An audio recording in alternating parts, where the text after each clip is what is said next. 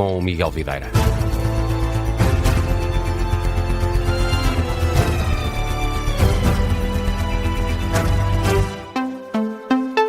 Miguel, o PS quer explicações do Governo para as dificuldades nas correções dos exames nacionais. Tanto diretores de escolas como professores têm reportado problemas, por exemplo, o atraso no envio das grelhas de correção, professores convocados para corrigir exames de disciplinas que não lecionam ou dificuldades de digitalização dos exames. Um caso que mereceu especial atenção do secretário-geral do Partido Socialista no discurso que marcou o encerramento das jornadas parlamentares do PS. Seguimos até à Amadora, onde está o jornalista Miguel Pina Andrade. Miguel, José Luís Carneiro acusa o Governo de incompetência em vários domínios e muito em especial nesta área da educação. Bom, contava ter aqui o Miguel Pina Andrade. Vamos já estabelecer esse contacto com o repórter do Observador que acompanhou esta intervenção que assinalou o encerramento das jornadas parlamentares do PS. Dizia, Miguel, que José Luís Carneiro acusa o Governo de incompetência em vários domínios e muito em especial nesta área da educação. É isso mesmo, Miguel. Penso que agora já me estarás a ouvir e numa altura em que... E estas críticas surgem numa altura em que os alunos do secundário estão à espera de receber os resultados da primeira fase dos exames nacionais. O secretário-geral do Partido Socialista aproveitou para ler alguns desses problemas que falaste na entrega dos exames. Professores que não receberam os exames ou que não conseguiram entrar na plataforma de correção. José Luís Carneiro diz que esta foi a primeira vez que tal coisa aconteceu e, por considerar estas situações incompreensíveis, pede explicações ao Primeiro-Ministro. Isto exige, no mínimo, a atenção do Primeiro-Ministro e uma explicação do Primeiro-Ministro às famílias portuguesas. As famílias portuguesas vivem inquietas, estão ansiosas, porque estão a viver uma das fases mais importantes da vida dos seus filhos. O Primeiro-Ministro tem o dever, é um imperativo ético, é da sua maior responsabilidade explicar às famílias portuguesas o que é que se está a falhar. José Luís Carneiro criticou também o Governo na área da habitação para dizer que Luís Montenegro não distribui casas prontas para serem habitadas por estar à espera de um ciclo eleitoral. Ora, na área da saúde, o secretário-geral do PS utilizou o exemplo da ULS que visitou ontem, em que constatou que mais de 90% dos utentes não têm médico de família, para dizer que o problema não é a pressão que os imigrantes exercem. 5 médicos para 30 mil utentes, numa estrutura de saúde que há alguns anos atrás tinha 50 médicos. Portanto, o que aqui está em causa não é a pressão que se está a fazer por força daqueles que contribuem para a economia e para as receitas, para o saldo da Segurança Social. O que aqui está em causa é mesmo a incapacidade do Governo e a incompetência para responder às necessidades da saúde. O secretário-geral do Partido Socialista, que ainda teve tempo para atirar ao Chega. Ora, o José Luís Carneiro lembra a proposta do partido de André Ventura para baixar o IVA dos combustíveis. O líder socialista já está habituado e classifica o Chega como um saltimbanco.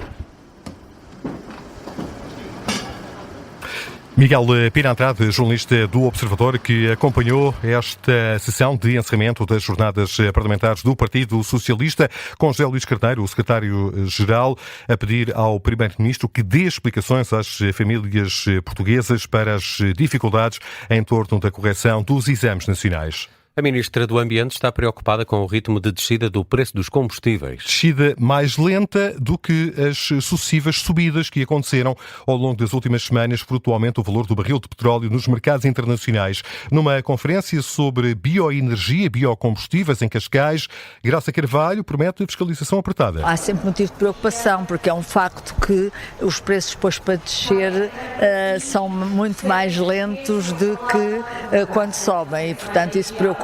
Há uma parte, quando o preço global desce, nós temos que acompanhar os preços globais e, portanto, estaremos atentos se isso não acontecer. Garantia da Ministra do Ambiente num som captado pela CNN em Portugal. O Ministério Público vai recorrer da decisão que condena o Estado ao pagamento de uma indemnização de 15 mil euros ao antigo Primeiro-Ministro José Sócrates. Pelo facto de terem sido divulgadas informações do processo Operação Marquês sob segredo de justiça. Ora, numa resposta ao Observador, a Procuradoria-Geral da República República dá conta que vai interpor recurso, sem explicar os fundamentos da decisão. O jornalista Martim Madeira esteve há pouco à conversa com o bastonário da Ordem dos Advogados.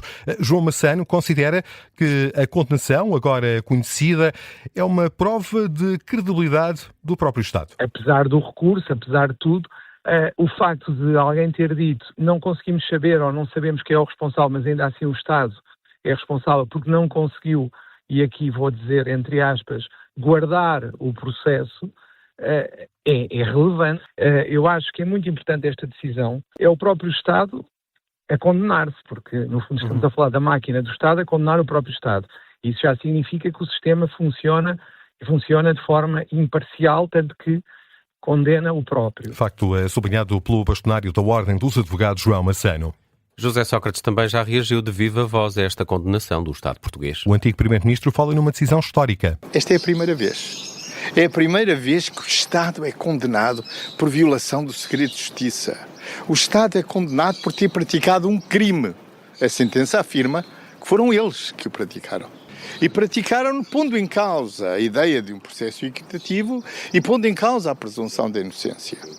É, portanto, uma decisão ou uma sentença histórica. É que esta sentença é também a primeira sentença em 13 anos da primeira instância de condenação, mas do Estado. José Sócrates, em declarações aos jornalistas esta manhã na Ericeira, teceu críticas à comunicação social e ao Ministério Público, apesar dos elogios ao procurador que representou o Estado neste julgamento. O procurador que esteve no julgamento, em representação do Ministério Público, portou-se com uma honestidade e com uma coragem absolutamente invulgar, que eu nunca tinha assistido. Ele disse que eu fui vítima de uma campanha de assassinato de caráter, a campanha mais violenta que existiu em Portugal. E quando nós ouvimos isto pela primeira vez, nada nos soa tão belo como a primeira vez. Foi a primeira vez que isto foi dito. José Sócrates, antigo Primeiro-Ministro, a reação à decisão do Tribunal Administrativo de Lisboa, conhecida ontem à noite, o Estado português foi condenado ao pagamento de uma indemnização de 15 mil euros ao antigo chefe de governo por violação do segredo de justiça. Seguimos com a situação na Venezuela. A ONU está preocupada. A preocupação expressa pela Agência das Nações Unidas para os Refugiados avisa que se está a assistir a uma rápida deterioração da situação humanitária no país. Está aqui connosco em estúdio Hugo Fortunato Oliveira. Hugo, o que é que preocupa em particular a Acnur? A agência da ONU está preocupada com a grave escassez de alimentos a par do colapso dos serviços básicos e também do aumento dos riscos de segurança para a população deslocada. Segundo o mais recente balanço da situação na Venezuela, cerca de 16 mil pessoas foram obrigadas a abandonar as casas e a procurar um local alternativo para viver. Muitas dessas pessoas, cerca de 40%, não conseguiram encontrar um abrigo seguro e permanecem ainda nas ruas. As restantes encontraram refúgio em igrejas, escolas ou instalações improvisadas que, contudo, não cumprem os padrões mínimos de proteção, privacidade ou higiene. Hugo, há também uma preocupação muito particular da Agência das Nações Unidas para os Refugiados com os menores não acompanhados ou separados das famílias. Situação que foi reportada e que preocupa também 17% dos inquiridos por esta entidade durante as avaliações feitas no terreno na sequência dos 2 grandes sismos da semana passada. Como resposta, o Grupo de Proteção das Nações Unidas, liderado pela Acnur e que integra outras agências da ONU, como a Unicef, lançou então uma campanha destinada à identificação, localização e reunificação familiar destes menores. É mais uma preocupação, mais um motivo de preocupação para a Agência das Nações Unidas para os Refugiados. A Acnur está preocupada com a rápida deterioração da situação humanitária na Venezuela. Vamos a outras notícias também em destaque a esta hora.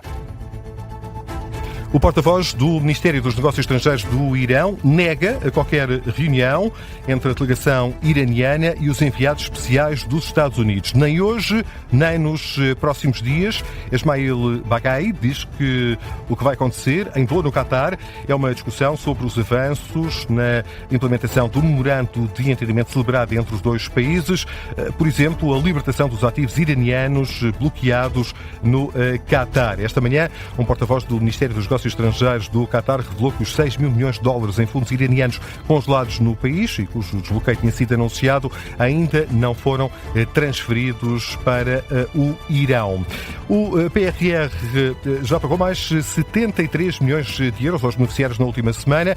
De acordo com o último relatório de monitorização, o total de pagamentos corresponde a mais de 13 mil milhões de euros e equivale a quase 60% do montante contratado. As empresas continuam a concentrar a maior fatia dos pagamentos, seguidas das entidades públicas e autarquias. A execução global do plano mantém-se nos 61%, já foram aprovados quase 400 mil candidaturas.